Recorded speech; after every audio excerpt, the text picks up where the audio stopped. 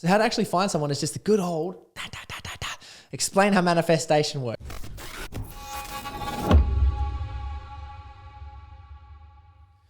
Yo ho ho! So I wanted to jump on and talk to you guys about how to attract the one. So if you're listening to this and you get any value out of this, I would really appreciate a share. But I've taken some notes again, guys. I've taken some notes, and I would honestly take some notes here. So if you're a lover boy or a lover girl and you desire love, you want to have a better relationship, or you want to find the one, this podcast is going to be it. Tune in and listen, because there's going to be how to do it. Now, I just want to start and preface and just say there's no such thing as a one. There's no such thing as a soulmate. Goddamn.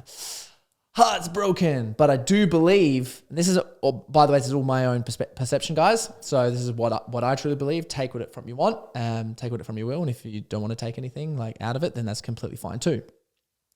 I do believe in soul matches though. So I do believe that there is someone who's going to match you, and depending on your level of growth and what you're doing, is it'll last for a certain period of time and how you can actually move forward. I'm also going to give you guys some practical tips to use within your relationship, because part of the journey of relationships and attracting your partner, the first initial immature phase or baby phase of yourself is actually attracting the partner in and getting them.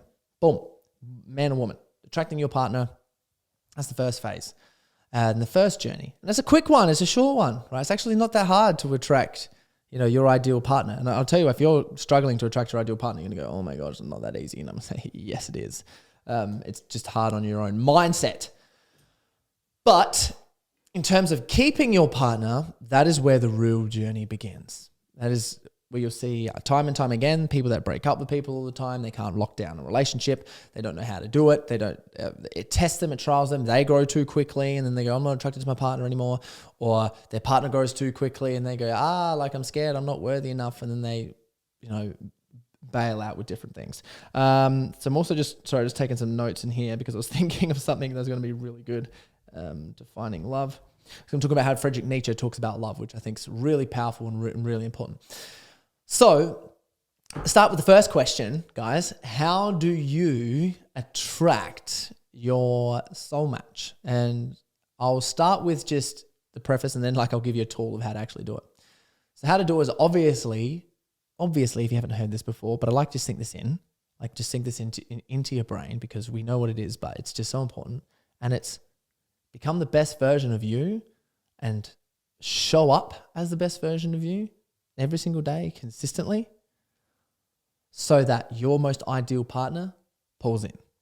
We all know, and we've all been in positions where we've probably gotten with someone or been with someone or tried to love someone who isn't our energetic match. And if you're someone who, for example, if you believe that the person is, wow, I nailed this person and they're so good for me. I'm Jesus. I'm pulling here. I'm pulling. You know what I mean?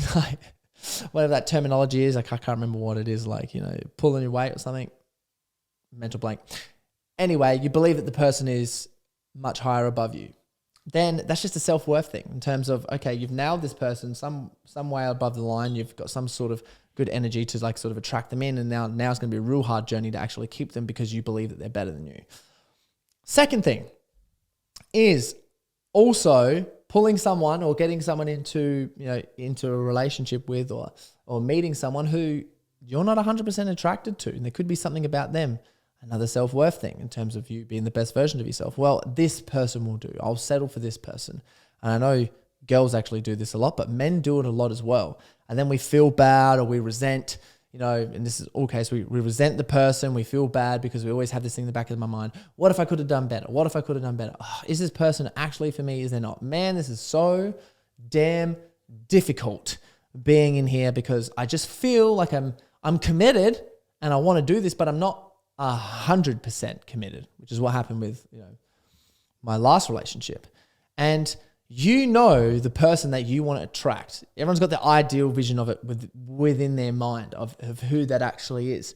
And if you don't attract them and pull them in, and you think, I couldn't pull this person that looks like this, or shows up like this, or has a career like this, or has a personality like this. If you believe that you can't get that in, then you're never going to have them. And it's just, you're not accepting the challenge of your full potential, and you're understanding that attracting someone who is amazing, who you think that you most really want to have. And if you're connected to that idea and you're attached to, oh, I just want to get this amazing person into my life, well, then you have to rise up to the challenge of like, hey, you have crazy potential if that is, but you got to live up to it in order to attract that person in. And you think about, okay, well, it's never the terms of what I value. Like as a guy, for me, I value physical appearance, and I'm quite, people might say that's shallow, but it's what I do. I put a lot of time and energy and effort into mine, and I just value it. I mean, I can't help it that I value it or not.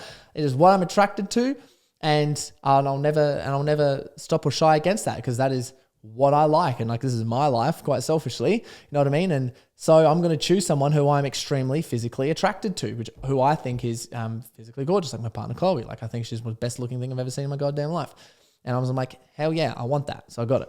And essentially, if you have those values and you think that that's what you're most after, and if you're not living aligned with that, then you're never going to pull them in. But understand that how they see you is not how you're going to see them in terms of value. It's like, okay, well, what are the things, especially from a man's point of view, that a woman values?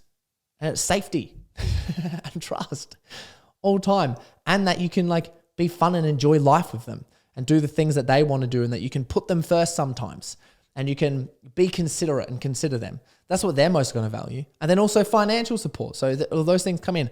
Are they strong? Are they capable? Is this man capable? Has he got a good head on his shoulders? What's he like with the relationships with people in his life? That's what women will be looking at.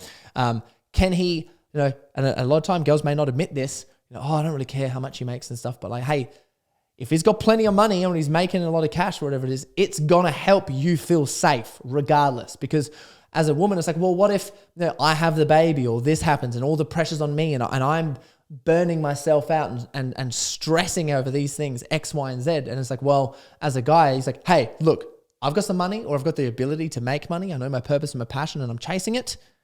All good, I got you. Oh, I feel safe. That's just another safety thing. I don't want to argue too much about the whole money thing. It's crazy. But generally, money means safety in the Western world. So there has to be some sort of like, okay, you've got a good job, you know what you're doing, or you can create wealth, whatever it is, a good relationship with it, and you're competent and capable for that. It needs to happen.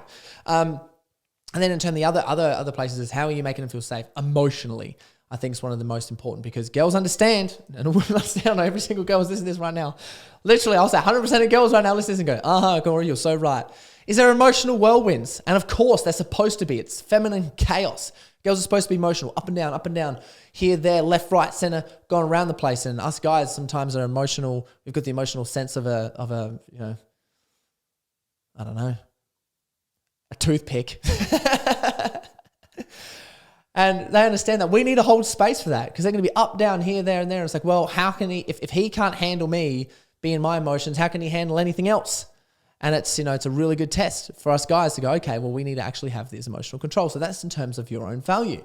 And obviously girls understand from a male's perspective, because like one of my main values is appearance and how they look. Sorry, shallow, selfish, whatever you want to be. It's just what happens. It's how I feel, guys. I feel when I find someone that's like so attractive, especially my partner, I look at her and go, oh, it makes me feel love. Sorry, can't help that. And I value it. But hence why the beauty industry is so big. And every girl likes making themselves look nice, and they buy the nice clothes, and they do the nice things, and they do the makeup, and they exercise and do like all the things that they can in order to make sure that guys will look and go, oh, like that this person's attracting to me. And for not all guys, that is not how they view and see people. And see girls, because it's not everything. Like, you can meet someone who is, and I just want to preface there, you can meet someone who's the most attractive person ever and you're not get attached to them. And I'm gonna get into this in a second.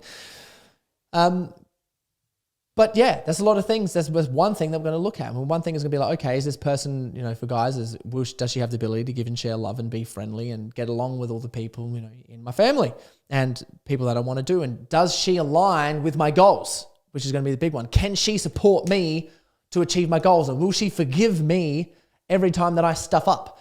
So we find that attractive. Us men find that attractive. So how to actually attract the partner, because I just want to share a little bit on like attraction there and what it looks like. And it's up for you to figure out your own. I shared a lot with mine, but you want to ask yourself the question is, what do you find attractive about someone else? And what would someone find attractive to you? Because what you value in someone else, as I want to get over that mindset, is not what they value in you. But if you understand who you want and what they are going to value in you, then you have to be that person. You got to show up like that all day, every day. Do everything that you can to, if it's your guy, you got to make the girl feel safe. And then if it's a girl, you got to understand that, okay, how I'm going to help this guy, support his main goals, and where is he going to fall short? Where am I going to forgive him? And, how can I best manage that? And that's what we're going to find extremely, extremely attractive. And then you have to be that person. So how to actually find someone is just the good old explain how manifestation works. And it's writing down a list, guys. I coach men through this, and I'm not kidding. This has happened I'm saying it's probably 4 times now, and probably 4 times in specific coaching that I've coached people through, but also I don't know how many times it's happened just people listening to what I've been talking about. First thing, stop masturbating. God damn it, guys. Stop masturbating and watching porn. Get rid of that. I quit. I haven't masturbated for 2 years. Best thing I've ever done. Haven't watched porn for 2 years. Best thing I've ever done. So besides that, it is actually writing down, getting a document. I got this full spreadsheet, this insane spreadsheet that I go through, just labeled. And you just put down your ideal partner. But the first things that you put down is their weaknesses. What would you like to not like about them? What can you deal with? What are their weaknesses? What's their relationship like with their family that is bad? What's their relationship with themselves that is bad? What are their energies like, masculine and feminine energy? What's good? What's bad? How do they show up that you're not going to like? Because then you understand when you get into a relationship, and you can ask those questions where are you? Shit. When you ask somebody, what is that? Where is that in you where, I'm not going to like these things? Because what have you got patience and what have you got tolerance for? And when you understand that about someone and you talk to them about it, which is attractive, by the way, and they start to get it, is you go, oh, I've got time for this. I've got patience for this. Oh, I can deal with this. So you don't have anything unexpected when you start dating someone and when you're getting into a relationship, because I know this. One of the things that I wrote down is I don't mind if my partner hasn't got the best relationship with their father. And that's one thing I wrote down, because I'm like, why? Well, because my masculinity is so strong and I can hold all the space for that specifically. And some people can't. So there's a lot of people I work with, they're like, no, I don't want anyone, I don't mind if they have a bad relationship with their mum, but I don't want them to have a bad relationship with their dad. No way. Not going to happen. That's good. Nip it in the bud. You can stop the relationship developing any further if you understand those things. And then obviously putting down everything you like about the person. Write down what they're good at, how they look, what you're most attracted to, the personality type that you find most attractive, how they show up sexually, how they show up physically, things that they're interested in, what they actually value, what are their goals for the next 5, 10, 20, 30 years, and writing them down and getting really clear on those. Now, just why is that so important, right? I mean, it's just a simple tool. Well, this is how the law of manifestation works. So if you didn't realize there was a brand new Subaru out or something, you know what I mean? And it's a car, and then someone goes, oh, that's the brand new Subaru. And then you start seeing that car everywhere. Now, the reason that you're seeing it is because your brain has now made an acknowledgement going, oh, there's a new Subaru. And they talk about it all the time. I want to say it's just talked about in studies, and people who I listen to, and a lot of successful people in lectures talk about this regularly. You see one thing, you start to see it everywhere. How you see the world is how you see everything. So if you understand how this works, it's what you've done writing out this list this is now what you see. So every time you start talking to someone, which, by the way, you actually have to start talking to people. The thing that I did for myself was, how much energy do I want to give to a day to attract my partner? And it was 5 to 10% of energy per day. That's it. Because I'm living my mission, living my purpose. What did that look like? 20 minutes of talking on dating apps and social media in the evening before I go to bed. And I turn my phone off at 7:30. So I go, okay, cool. So I've got 7 to 7:30. I'm going to chat to many people. And I'm going to book in some calls. I'm sales call people, jump on, book in some calls and see what they're like, see if I get along. There's no way in hell I'm catching up with someone in person if I haven't talked to them on the phone and we haven't energetically done a match. The same thing with Chloe. And I was I put her through a Google form. Okay, what are all the damn questions? She ticked all the boxes. I'm this is cool. We should probably jump on a call sometime. Jumped on a call and I was chatting to her. I wasn't sure because she talks as much as me. I'm oh God, I know I need someone who's crazy energetically wise, but she talks as much as me. Are we going to get along? Oh no. Holy shit, did we get along? I think as we talk as much as each other, we're yep, we're the best call ever. But with other people, it's not so much. But what happens is when you see that, you can see all these different things in someone, you can ask them all the questions, and then it's what's going to make your decision so much easier? This is actually the person who it is. And then when you're going to see that person out, because if you're not clear of them, if you're out and you're just out for dinner or something, or you're at a party or whatever, and you see someone and you go, oh my God, that looks like the person that I just wrote down. Holy, I'm going to go talk to him. Then you go, oh, no, it wasn't. But then you might see it again and go, holy shit, start talking to this person. Then next minute, oh my goodness, this person's a bit of a match. We should hang out. We should catch up. It's going to happen. So same thing on social media when you're flicking through your dating apps and you start, finding someone, because I believe just in my job and what I'm doing, obviously going out and finding the hard way is the best. But being as someone who works in an office and running a big business with podcasts and training and all those things, I haven't got the time. But I don't leave the house much. So, and I say no to events because I like to go to bed at 8:30. I literally put in my Tinder profile, put in them if you go to bed after 8 p.m, don't talk to me, which I thought was great. That was one of the first questions I asked Chloe. I think we're talking. I was like, what time do you go to bed? Because I don't want to do it. If you're going to bed at 11 p.m. at night, don't worry about it. Not keen. I value my sleep. I got to show up every day. And yeah, when you understand those things, it's things can start moving forward. You're going to see it and you're going to attract someone. It's crazy. And you start seeing all these little things. So one is understanding how much time you want to put in. Number two is actually writing down all of those things to actually get clear on who your partner is. Then the big one is the real journey starts when you actually do get into a relationship. And this is the main point and the main thing that I want to talk about is you becoming the best version of you to attract and lock down that partner, because it's all personal development and it's a mindset to a relationship. You're consistently in ceremony. We talk about it when we do plant ceremony, talk about it when we do personal development stint. It's like an 8-week, 12-week program or something like that, or you do a breath work or ice bath, whatever it is that you're doing to develop yourself personally, is you're currently in ceremony. You're going through an initiation into a new version of you. And I think that's really important. And you owe it. So it's how are you going to become the best version of yourself? And I truly strongly believe you have to have your own purpose. You need to understand what that looks like. You need to be 100% committed to what you're doing. This is a quote that I made up. People said Fred Nietzsche quote, but it's not. And it is, he who cannot commit to life cannot commit to a woman. Or it could be the same thing. She who cannot commit to life cannot commit to a man. Whatever it is. Because, quite frankly, we do see each other as a means to an end.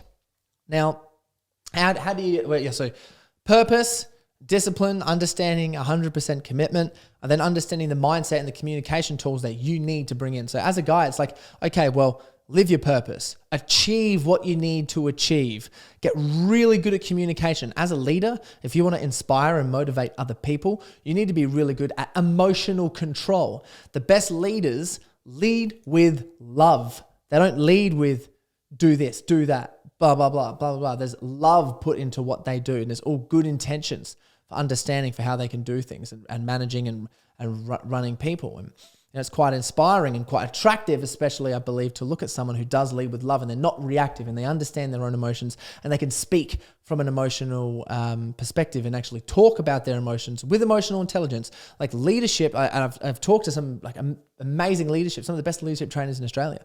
And the main thing they said is what comes down to real good leadership literally is just self-awareness. That comes down to personal development. You want to be a real good leader? It's well, learn about yourself, understand what that is. And, you can do that. So, for myself personally, what I did was I got a pro status as an athlete. Woohoo. I got a successful business. Woohoo. I worked on myself emotionally and unconsciously within my own mind to become, as intellectually smart as possible with philosophy and stimulated so that I could talk about anything, dissect anything with my brain and come up with something, amazing or inspiring and motivating. Anytime stuff gets hard, I believe I have the best ability to push forward every single time, no matter what it is, mentally first before I actually take action. I'm whoa, this could be challenging me right now, but I believe I have the skills to actually get through it, which is why I teach it, in Overcome the Chaos and all the things that we do in the men's group coaching program and my coaching, obviously, and the hero's journey, understanding all of those things. I want to become so intellectually smart and dominant that I could be so confident within myself, what I'm doing before bringing someone in, because I know, and get really smart in relationship communication. I studied that till the cows come home. And get really smart in that. So when my partner comes in, I can give them the best experience. And for me, when I wrote down my ideal partner, quite selfishly, this is what I said, okay, well, I need someone who's a little bit younger for me personally, because I like someone as a guy, this is what I'm coming up with, this is completely different, who intellectually, not intellectually, who I can coach a little bit. Why? Because I can't help it. It's part of my DNA. I have to coach people. No matter who I talk to and what I do, I'm always trying to teach people. It's just them. I teach and I coach and I act. And I need someone who is willing enough to listen to me. And everyone that I spoke to that was my age, it could be a limiting belief. Everyone I spoke to was my age, we butt heads all the time. And I was like, nah, damn it. So I'm like, well, maybe someone who's younger might be a little bit more interested in what I've got to say, who's definitely in the coaching space, because we're going to have stimulating conversations. Because otherwise, if I'm not having these simming conversations and this person can't listen or help or receive me for my gift, what I've worked so hard to achieve, then it's never going to work out. So, which worked really well with Chloe, because she'd been like 6.5 years younger or something like that. It just worked out really well being in the coaching space. It's been great. She asked me some questions and I get to teach her. And I'm like, oh, I get so received right now. Nothing to do with age so much in terms of like for the physical appearance. For me, it's all intellectually stimulus stuff. So I was like, I need that to happen. And, that's a great self-awareness piece to have. And it's like, well, cool. That's just me, who I am, what I need. So I need to look for that. So the question I want to ask now is, once that's done and you do attract your partner and you understand how to do it, is like going through, and this is going to just take 5 minutes, guys, before we start to finish up, is understanding the whole purpose of love. And I love how Friedrich Nietzsche talks about this. And I believe it's so powerful and so important. And majority of the time, love comes down to two friendships. And between one each other, and you guys should be real good friends, and it's understanding that mutual love isn't when things are a means to an end, and that's really hard, because I remember in my last relationship, I remember talking to my partner, and she wanted kids and get married and all those things, and I'm like, I'm just a means to an end. God damn, like we all think we're a means to an end, but I disagree. Well, some people say that, and I disagree with the statement that we're all means to an end at some point. And I believe that to be true, because my last person wanted children, wanted marriage. I'm like, you just want me. I remember saying it straight to her face. I'm like, man, I feel, because I was expressing my feelings, that like your love for me isn't legit. I feel like I'm a means to an end, and you just want me for kids, you feel safe, and you want me because we've been friends for a long time, and you want to use me to get married and have the family events and bring everyone together. It's not actually me who you're in love with. It's the means to an end. Like obviously there's parts, but I'm like, you're not 100% committed to me. You're 100% committed to the end result. And I felt the same. So I wasn't like 100% attracted to her, and I couldn't allow myself to be that, just in terms of personality and a few other things of how we aligned, and our goals and our visions just weren't 100% aligned. So I was like, I feel like I can't 100% commit. Like I gave it 100% commitment for the whole thing, but it felt internally like, it feels like I can't 100% commit in this damn situation. So how do you overcome that and understand, okay, well, what makes a friendship is, it isn't using each other for a means to an end, because it's the whole thought process of using each other. Now, if you both love getting coffee, then you're using each other to catch up and get a coffee together. Yeah, that's fine, obviously. But in terms of long-lasting love, probably not the best thing. Like, what if the world sells out of coffee? You know what I mean? And then you go to guys, do something, let's get something else. You're like, well, this isn't as fun, is it? Wow, I'm really not enjoying my time with you as much as what I used to. What if you use each other to exercise? You both like exercise, right? And it's like, well, you're not going there to connect and so much bond for each other if you love, exercising. That's going to be a byproduct for sure. But when you're catching up and you're exercising together, it's just a means to an end to exercise. Get fit, look good, sexy together. Same thing for sex. You guys might like having sex with each other and the experience of this, how this person makes you feel sexually, but you're just using them to have a good feeling of yourself sexually. What about, it could be drinking or laying down on the couch or comforting each other, eating together. You're just using each other to eat together, using each other to comfort together, using each other to feel better, using each other to connect with each other's family if people are missing. You know what I mean? It's like, wow, when you start thinking about it, it's like, man, we just use each other for everything. So what makes love? And I think this is really interesting. So what makes love is essentially putting your agenda onto someone else's, which is really interesting. It's a power thing. And it's having to surrender into the other person's power control and be able to communicate it whilst maintaining your own as well, I believe. So Friedrich Nietzsche talks about it in terms of, and it's going to be a little bit harder to explain. So you have your own belief about yourself. Like, I have all these beliefs about me. Now, the reason that you fall in love with someone else is because they confirm all of those beliefs about you. And they may not do it verbally, depends on your love languages, but how you show up, if they go, boom, man, I love who you are. Like, every time Chloe comes up to me, she's the only girl I've ever met that tells me I look sexy in the gym. I believe I look sexy in the gym. She tells me, she's like, you look so hot in the gym right now. She'll come up to me, middle of my set, and I'm like, oh yeah, I feel like a bajillion dollars because she just told me and confirmed a belief about me that I've had. I'm like, that is the best. And when she tells me like, things that you say, Corey, you're so smart, and I love all the intellectual stuff that you say. Like, I believe you're so strong and you're so powerful. But she's confirming all these things. You're such a good coach and you help me, and you're really good at supporting and providing for me because I believe that I hold value in those things. They're beliefs about myself. She confirms those all the time. I go, oh my gosh, like, yes. And it makes me feel powerful. And it's like, okay. And then what I do unconsciously, if we ever get into an argument or anything like else like that, is I'm pushing too much of my agenda on me. And the more she tells me, the more I want to hear, the more I want to confirm that I'm good, the more I want to confirm that I'm great. And then I need it. And I start unconsciously looking for it. And so does she. And then she starts unconsciously looking for it to the point where our communication comes up where I'm trying to make her believe these things about me that I believe about myself. And she's trying to make me believe these things about her that she believes about herself. Then every now and then we call out each other bullshit. Now that's an absolute bullshit part of you that you believe about yourself and go, God damn it. And that's where your ego comes in and comes to get you within a relationship. And that's what's going to help you grow as a person. And I believe true love comes when you can do that together and you help the other person become better and you help them believe in themselves more and you help change how they think about themselves to find out who they truly are and then believe in that. And then you do it together.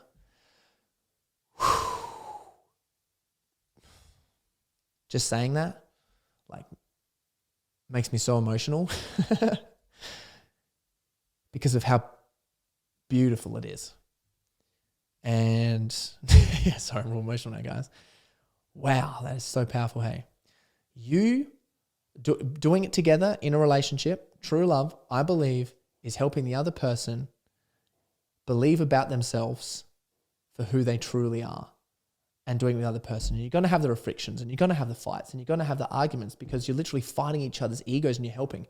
But what I believe is the 100% most accurate thing you ever say is it's when you're doing it together with someone who you've made a soul match with and you're both 100% committed to the cause of helping each other get better. Why? Because you know that it's going to help you get better and you're going to help them get better. It's going to help you get better. And I believe that it's so beautiful and I believe that it's so powerful and so strong. And I believe it's so needed to lift other people up. And there's one reason that I believe that me and Chloe, like our relationship is like so good, is literally because of that. And I believe that if you explain this to your partner or you show them and you're doing this, is you're on the right path. Understanding that any single moment that is difficult or it's hard or it's tough, you're not understanding what's happening or someone's left you or why they left you, is probably because you put too much of your agenda unconsciously on the other person and they weren't willing to back it up. That's why it's so important to attract the right one. And it's so important to be the best version of yourself and understanding what those goals are and doing whatever it takes to get them. And that's not whatever it takes to working your ass off. It's also doing the resting as well, because you're never going to be the best version of yourself without balance and sustainability. Just wanted to put it out there. Thank you everyone for listening. If you got any benefit from this, please share. And if you're interested in any of my coaching, please go see Overcome the Chaos or getstartedwithcorey.com and you can see what we offer. I also have a free Facebook group you can join, which I do a whole bunch of lives in there too. Big love. Thank you. See you in the next one.